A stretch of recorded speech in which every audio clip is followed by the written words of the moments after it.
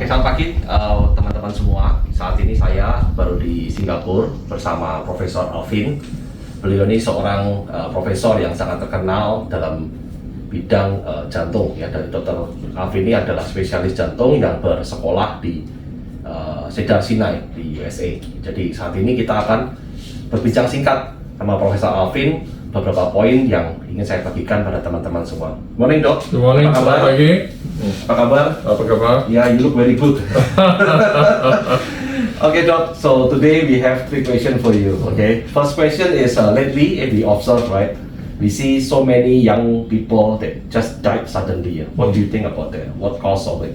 Okay. Young people and older people from heart attacks, the causes could be slightly different. Okay. We are now in a so-called post-pandemic period. So we must always consider the influence of vaccine and COVID. Oh, okay. In fact, in Singapore recently, the government admitted to one death caused by vaccination to a Bangladeshi worker. Oh, okay. So, other than that, the usual traditional risiko or risk factors are still important, like blood pressure, high sugar, high cholesterol, obesity, smoking, the diet, a lot of oil. Those will of course still increase the chance of having the blockage. Oh, okay. Yeah. So young people in Indonesia and young people in Singapore, slight differences. I think the use of cigarette is higher in Indonesia because it's cheaper. In Singapore, it's quite expensive.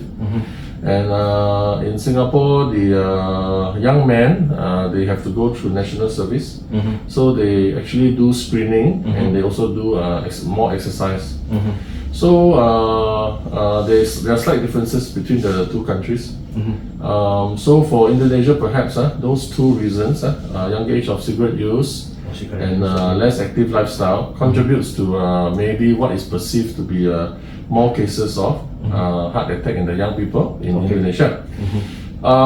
In Singapore, it always happens also. Every year there will be 3 to 5 people, unexpected, especially the fit people who have heart attacks. When we say young, they could be less than 40 years old. Okay. So they probably have undiagnosed blockages that was not known before. And other than that, usually the blockages come with age. As we get older, men always more than the women. And then of course, as we get older, we get more diseases. So the chance is higher. The important thing is the detection and understanding of this condition. So firstly is the symptom. The symptoms can be many types. Sometimes people feel it's like gastric. So they go and take gastric medicine. Okay. But if you're not better and you have some risk factors, you should ask the doctor to maybe check your heart.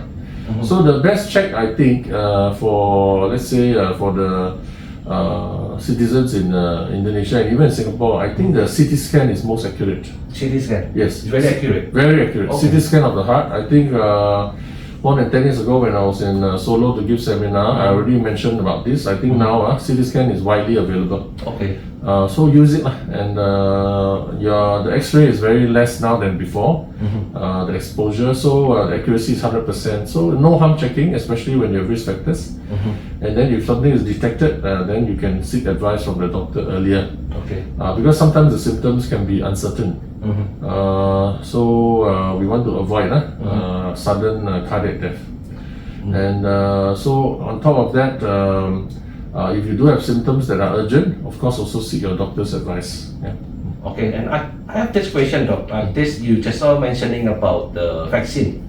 How, I mean, like what kind of so-called symptom that we feel that that we need to be watched out. Yes. I mean, because sometimes we done some vaccine in our countries and we don't know if this one is something that we need to be aware of, that this is a sign of our heart or issue or something. Do you have any suggestion? So I'm referring especially to the COVID vaccines. So the COVID vaccine have been known to cause myocarditis, which is heart inflammation. This is well known from, we've been using it for 2 years, especially the mRNA types. And then the AstraZeneca one causes blood clots. Okay. The overall risk is low, for low. sure, but there are people who still get it. And this being a preventative treatment, that means the person taking the vaccine is well. You don't want to have problems just because you want to prevent something that you may not get. Yes. So our standards for vaccination to prevent disease should be much higher than when someone already has a condition and we want to treat. So to me, even one death is not acceptable because it's a preventative vaccination. Right? So we know the mRNAs do cause the inflammation, and the inflammation in the body can be many types. It can increase the chance of, some people say maybe cancer, because cancer is an inflammatory process. It can increase the chance of having the blockage, which is also inflammatory process. And of course, the AstraZeneca causes blood clots, which can present itself as if you're short of breath. So it's quite an interesting time in the last 2 years. So I think, thankfully, the vaccine, the mutation of the virus is much less severe now. So we have an option just to watch and see. Okay. Then my last question, sorry to take up your time. No The problem. last question is this lady also, some people just died. So because of the heart attack. So do you have any idea or any sign of people that about to get a heart attack? Meaning like this past few days before it happens or past few months before it happens, what is the sign? So like I mentioned earlier, the symptoms are very, very variable. Okay. It can be from chest tightness, short of breath, chest pain, body aching, gastric feeling, could be anything. And when we are not medically trained, we don't have enough information. You see. Okay. So always, when you don't feel it's right, always seek the help of a doctor. Safer that way. Just check. Yes. So usually from the sign to the becoming the heart attack, you think the period like how long? Oh, depends. Depends, Yes, okay. depends. Can be you may have 12 hours to get it done. Oh, 12 hours. Correct. Okay. So I have one patient whose son from Indonesia. He didn't feel well, and then morning he didn't feel well. Later afternoon he went to the hospital, and he passed away very soon after that. Oh, Yeah. so sorry about that. So that was some years ago. So sometimes you can never tell.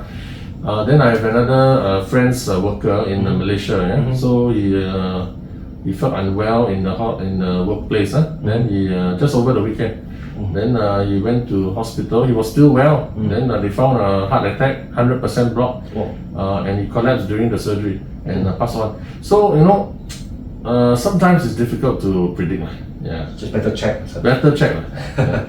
Oke, jadi teman-teman, inilah percakapan kita ya dengan Profesor Alvin. Ya, kita waktunya agak singkat karena Profesor depan pasiennya banyak sekali ini.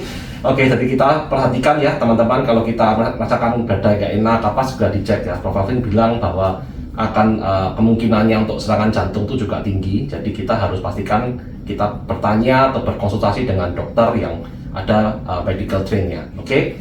Thank you, Dr. Alvin. Thank you for your time. All right. See you again. Thank you so See you much. again. See you. Thank you.